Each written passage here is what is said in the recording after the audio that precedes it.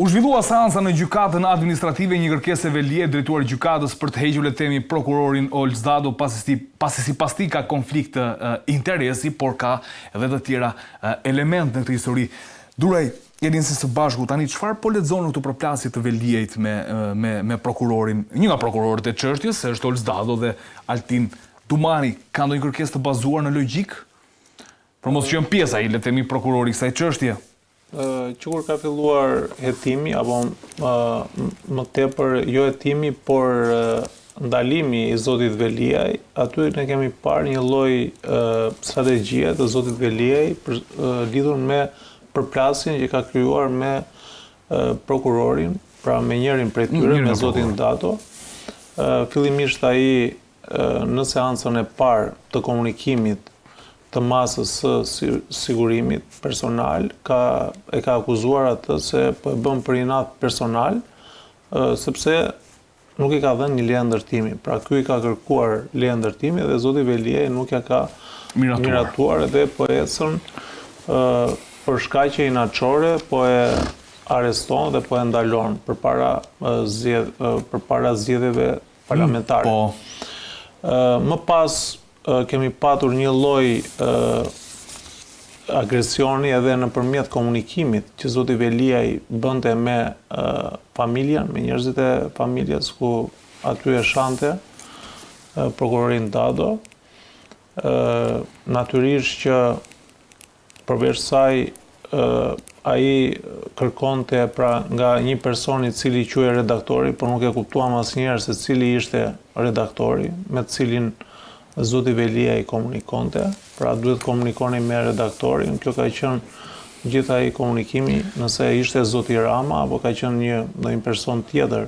Në një grup fuqis brenda PS-së. I cili vendonse, po për çdo gjë i orientonte familjar që duhet të merrte miratimin e redaktorit për çdo mbrojtje apo hap që duhet të hidhnin në publik, qoftë në komunikimin me media, pra kishte disa botues mediash të cilët i kemi parë tek ka qenë asociuar domethënë le të themi tek ato përgjime që kishte bërë prokurori dhe pastaj kemi pasur një lloj qetësie, që do të thotë gjatë fazës së hetimit, nga momenti i ndalimit dhe pra nga shtatori mbrapa le të themi pati lloj qetësie kur mbyllën hetimet. Ka pasur një lloj qetësie dhe nuk kemi pasur një lloj reagimi të zotit Veliaj përveç avokatëve të tij ndërkombëtar, të cilët bënin deklarata publike.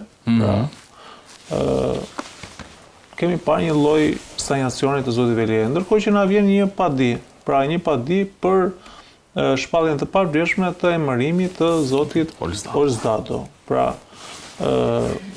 mendoj që këto janë gjetje që zoti Veliaj, pra nuk po i shkon çështjes për ta zgjidhur në themel, pra lidhur me fajësinë apo pafajësinë e tij, nëse këto vepra ekzistojnë apo jo, por mendoj që strategjia e tij është për të lënë gjurmë në dosje, edhe sikur mos sa fitoj këtë proces, pra procesin administrativ lidhur me emërimin e zotit Dado si prokuror, pra nëse ka drejt presidenti ta emëronte apo prokurori përgjithshëm. Do ta bëjmë këtë diskutim edhe sonte apo jo. Drejtësi ka qenë. Por fakti që është në një proces gjyqësor, pra është një nga shkaqjet që vetë prokurori duhet ta kërkonte heqjen dorë nga çështja. Zoti Dado po e bën këtë që ta ndihmojë zotin Veliaj apo jo, kjo është çështje për të parë në të ardhmen, sepse në momentin e parë që do kishte një konflikt të tillë edhe mënyra se si akuzonte zoti Veliaj në seancën e parë, ndoshta kemi të bëjmë me një lloj qoftë strategjie, qoftë edhe mbrojtje nga zoti Dado, në mënyrë që ai t'i lëri shkak zotit Veliaj që të ketë mundësi ankimimi apo apelimi në mënyrë që të fitojë të drejtën e tij për çështje procedurale. Pra një prokuror i cili ka pasur konflikt me të hetuarin prej tij, edhe aktet të cilat prodhohen apo janë prodhuar nga organi i akuzës konsiderohen si akte të pavlefshme. Kështu që kjo mund të jetë një lloj strategjie që ekipi i mbrojtjes së zotit Veliaj ka menduar. Edhe mënyra se si ka hapur dhe një proces tjetër gjyqësor me një kolegun tuaj, pra duke qenë se ai ka vllajën në gjykatën e apelit të posaçëm kundër korrupsionit dhe krimit të organizuar, është një çështje për shpifje dhe ka kaq kohë që zbaritet procesi, nuk vjen njëherë avokati, njëherë nuk vjen zoti Veliaj. Kemi një lloj le të themi shtyrje të procesit gjyqësor. Pra po më thuaj që Veliaj po sinkronizon sulmet në një farë, mos e mbrojtjen duke sulmuar në një formë. Duke mos ju futur, pra mendoj që ai do ketë më tepër mbrojtja do fokusohet tek momenti se si janë marrë prova, se si është zhvilluar hetimi, pra nga ana procedurale, se sa ti futet të themelit të çështjes nëse e ka kryer ato vepra penale për cilat hetohet nga apo akuzohet, pse jemi në fazën që është komunikuar akuza apo jo. Pra, kjo është çështja e avokatëve, mendoj, apo e atyre që e këshillojnë zotin Veliaj. Edhe e paska edhe ndërjet saktu mbrapa, që është avokati i Veliajt, avokati i sfundmi. Nard, dua ta nis pyetjen kështu. Më duket mua apo Veliaj ka gjetur tipikisht avokatin që i duhej në këtë histori për t'u përballur. Do ta kishte pasur më të vështirë me Max Argjin dhe avokatin tjetër që pati, duke qenë se le të themi i përqendrohen më shumë anës procedurale, le të themi të gjës, ndërsa ndërsa është pak më politik, duke sikur bën një luftë të sinkronizuar shumë mirë. Ma kupto pyetje besoj. Nuk më shkon kjo pyetje sepse ai është koleg. Është politikan, por sot është në vesturën e avokatit. Dhe unë nuk e lëj vetes që të flas për drecën, as për një as për keq, se në dy raste do t'i bëja reklam. Një.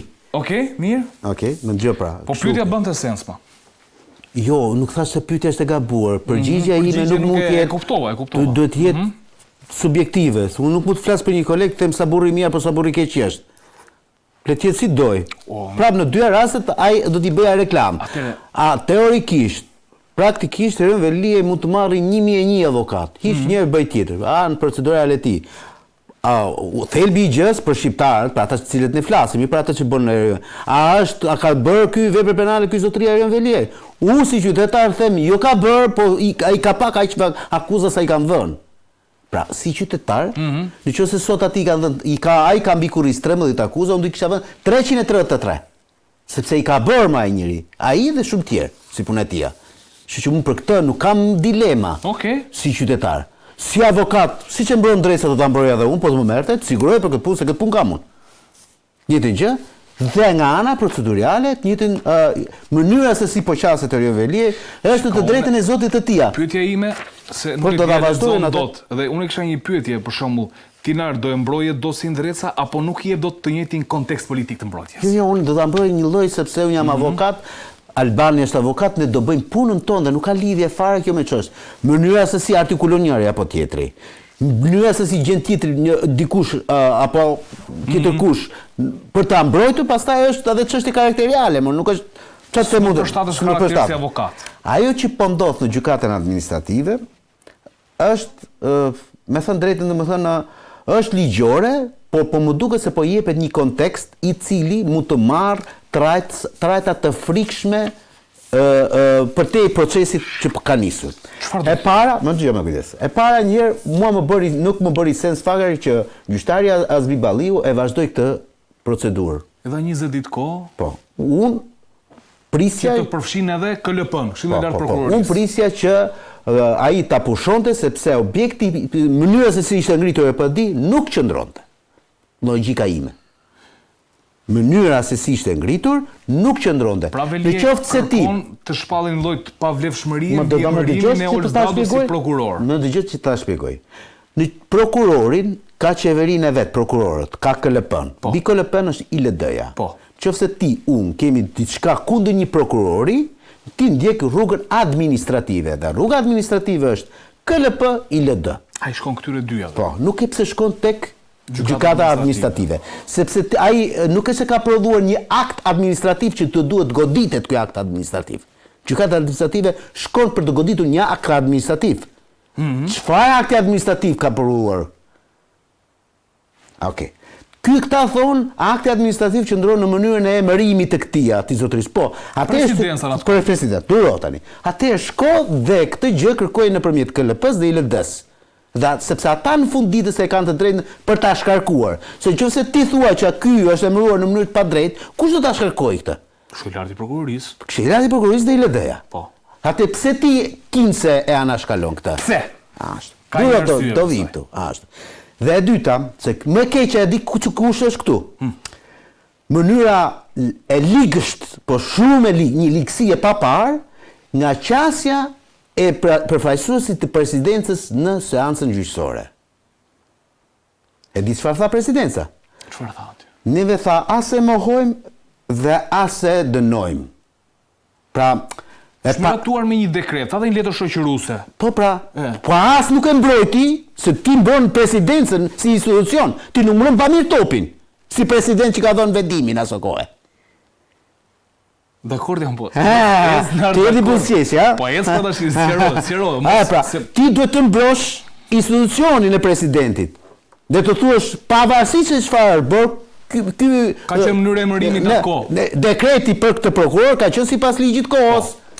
Përse ti bën këtë këtë lloj hije dyshimi? Ndoshta ka qenë dakord me Padin, sepse është në kushtet e...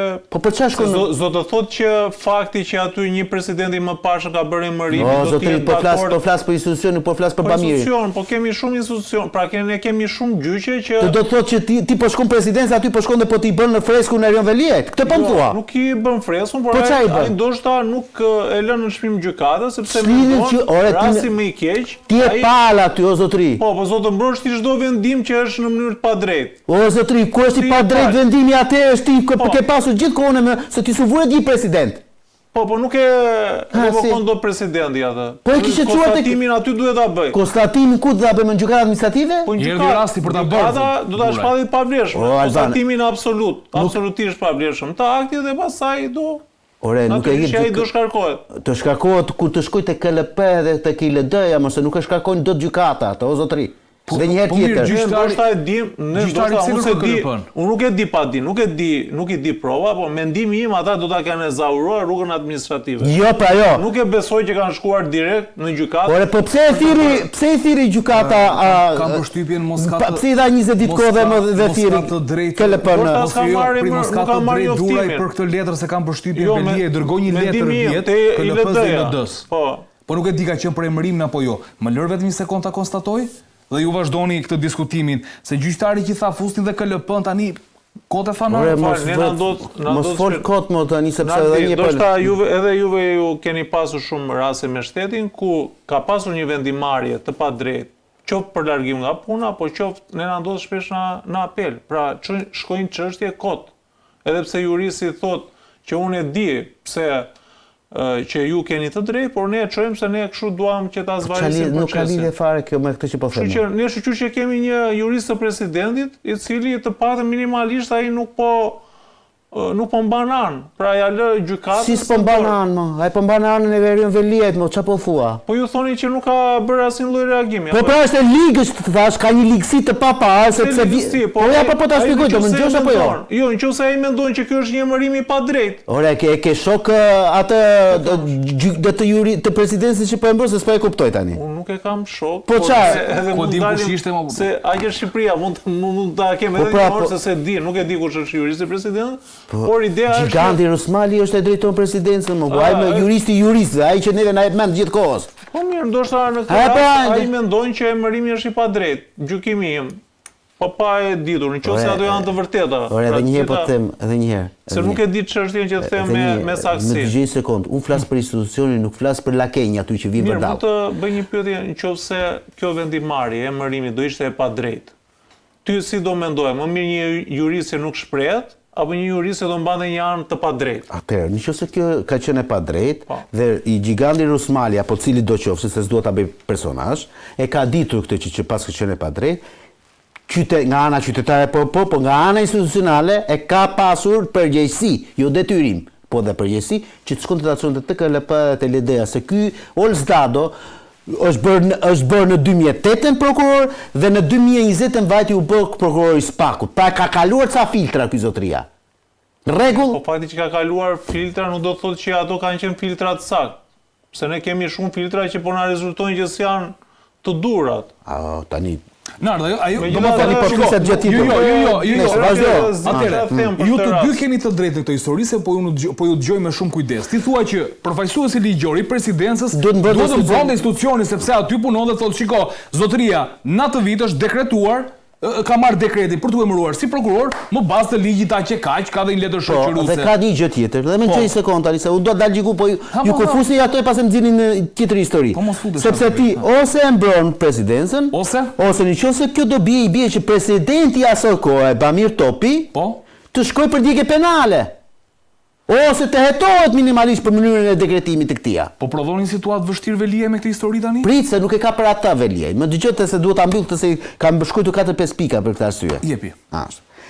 Tani çfarë po ndodh në këtë gjithë këtë histori? Që i duhet me patjetër se Olsdado është antipodi i Irena Gjokës. Njëri prokuror i tjetri gjyqtar. Irena Gjoka në vetë u mbajt me istikam dhe do mbajt me istikam, aty mbajt mend këtë që po të them. U mbajt dhe do mbajt me istikam, pikërisht sepse aty ka Fredi Belerin, Fatmir Mediun, Ilir Metën, Sali Berishën. Dhe në rast se bien te Irena Gjoka, të katër këto procese shkërmoqeshin nga ana procedurale. Se çdo vendim i marrë nga Irena Gjoka, si gjyqtare, në këto katër procese, binte rrëzohej. Pra, procesi bëhej nul. Tani është e njëjta gjë tek Olsdado. Në qoftë se bie Olsdado, i bie që procesi që ka nisur për Iron Veliaj bëhet nul në ana procedurale. Snifën e timet, po çfarë të mund tani si të ta. Ju e themi snifën e timet. Prandaj Iron Veliaj ka më kollaj të shkojë në gjykatën administrative me vrap, se sa një ditë më përpara kur kishte gjyqin e tij në GKK. Pse shkoi një ditë më përpara në GKK Erioni? Nuk është njohur me aktet. Mirë, në rregull, s'është njohur me aktet. Vazhdo akoma. Sa pra se po lexojmë. Ne lexojë burr tani se juve doni të bëni tani kakofoni kot. Tani po flas për këtë pjesë. Ta atje s'është njohur me aktin, këtu është njohur me aktin. Nëse, se këtu s'ka nevojë fare të shkonte njëri. Fare, zero. Për çfarë do shkonte këtu? Për show, në administrative. I intereson që ta bëj këtë gjë. Dhe unë besoj fort te kjo histori. Ti akuzon Olsdado se këtu ka mundësi ta akuzoj Veliaj, është më ecim. Po këtë po flas pra. Po është më i lirshëm për ta shtuar. Dhe unë po të them tani, ne jemi në të njëjtat kushte, është e njëjta peshore. Në njërin ka ke Irena Gjokën, në kaun tjetër ke Olsdadon. Sikund mund të binte Irena Gjoka, po them mund të binte dhe mund të bie dhe Olsdado. Në rast se nuk ka rënë kjo, unë nuk besoj se ka për të rënë ky. Sepse do duhet që të prishet i gjithë, le të themi, hetimi proceduraliteti që ka të bëjë me dosjen e Iron Veliajt. Nëse këtu pastaj e gjithçka bëhet pikërisht për këtë arsye, për këtë arsye, atëherë do të thotë domethënë që këtu është ngritur një shtet i madh, që nga presidenca, kryeministri e gjithë mëra, si tani domethënë që të çbëjmë gabimin që bën para një viti dhe lalin që të shkonte në merrte spaku. Se e lan këta ore. Se po s'doni këta nuk shkonte lalin në burg. Ta flini nga mend e kokës. Po s'kishte imunitet kryetari i bashkisë. Mi vazhdon akoma imunitetin, jo se ta tha me ironi dura i këtë, kështu që tani çfarë shikon këtu këtë historinë që thot Nardi që Dado nuk mund bjerë, domethënë kjo do duhet parë sepse unë shtroj dhe një koncept tjetër, sepse nëse kemi një prokuror të emëruar kështu, mund mos jeti veti, mund të jenë shumë, na bie vetingu, mund na rrëzot një proces i gjithë një histori shumë e madhe këtu që se përballon dot në natë. Po ti ke pasur. Nëse po përballon bëri vetingu. Një fjalë vazhdon më së. Po ti ke pasur këtu njerëz, ata personat që ka bërë vetingun, ata që bënin vetingun, pra që ata profesorët që kalonin në gjyqtarët dhe prokurorët në sit, që pjesa më e madhe e tyre ka qenë mesatar 7 poshtë, më dëgjoj me kujdes, të pa magjistrat jo njërë, me vepra penale, shko lexoje se ka ndjekje penale akoma Valbona Saxhaktari, akoma në vijim dhe pretendon të shkojë gjykatën e lartë ajo zonja. Akoma dhe pretendon ajo. Ina Rama. Ajo Ina që e ka çuar këtë Olsdadon aty se Ina Rama e ka çuar Olsdadon në Ajo ka magjistraturën, po vetëm që është shërbimit informativ. Edhe një çik patronazhiste. Një qiks. Dhe të maroj. Për ka shumë këtu, domethënë, pra ti tani do merresh me Olsdadon kur i ke këta. Ti merresh rojën kur e ke shefin aty lart e ke kështu. Dhe me bukur e gjithë sa që ka ndodhur sepse e kanë bërë sot se nuk të dalë nga shpirti më burr. Ne shkojmë për ditë në gjykata më burr, se këtë punë kemi. Unë kam 20 vjet që merrem me këtë histori. Për një status me ca pikë, ishte shumë i shqetësuar. Jo, nuk është çështje shqetësimi. Këta të fyen inteligjencën. Ti shkon te gjykata aty dhe vetëm kur shikon gjyqtar dhe prokuror që kalojnë para teje, të cilët para një 5-6 vitesh, 7 vitesh, ti kishe unë kur s'kam pas frikë për tyre dhe nuk i kam onepsur, por domethënë kishin një lloj prezencë se do të madhe të rëndë. Tani kalojnë përpara teje me çantën e avokatit, edhe të përshëndesin dhe kalojnë dhe janë si ti ata kolektu tu. Dhe këta janë hequr për korrupsion. Dhe kjo është çmenduri. Tani kanë bërë mirë apo keq? Shumë keq o zoti i nderuar, nëse ti je i korruptuar, po zot të përshëndesin ty. Jo, më të përshëndesin mua, jo. Nëse ti je i korruptuar, nuk do të thotë që ti je i korruptuar si prokuror dhe si gjyqtar dhe nuk që ke i korruptuar si avokat. Korrupsioni, se avokati është privat. Është privat. Pagesa merret e ligjëror. Korrupsioni lejohet sepse është privat. Na ju nuk u marrëm sonde. Jo do e kam pasur shumë të vështirë. Korrupsioni është karakteriale, ka të bëjë me ADN-n e robit, nuk ka të bëjë me profesionin tënd. Privati i merr lekët në shtet është tjetër gjë. Ti privati merr. Ore po flas për karakterin e personit, më nuk po të. I merr live lekët. Po ke një klient tu, të nxjerrë lekët, jepi faturën. Ke shumë drejt ja. A di si është puna, paç punë shumë dhe ti. Me këta që keni për këmbë? Që kështu? Po. Me këta që keni për këmbë, Fanardi na i la topin. Domethënë ja u la topin. Atëherë, mendon se mund të jetë problem, mund të konstatohet një problem që Velie realisht po e sulmon fort dhe kanë gjetur një kleçk të fortë në këtë histori, siç e tha dhe ju, për të mos u marrë realisht me themelin dhe me akuzat që kanë ngritur Spaku ndaj atij si kryebashkiak, por të godasi fort sistemin.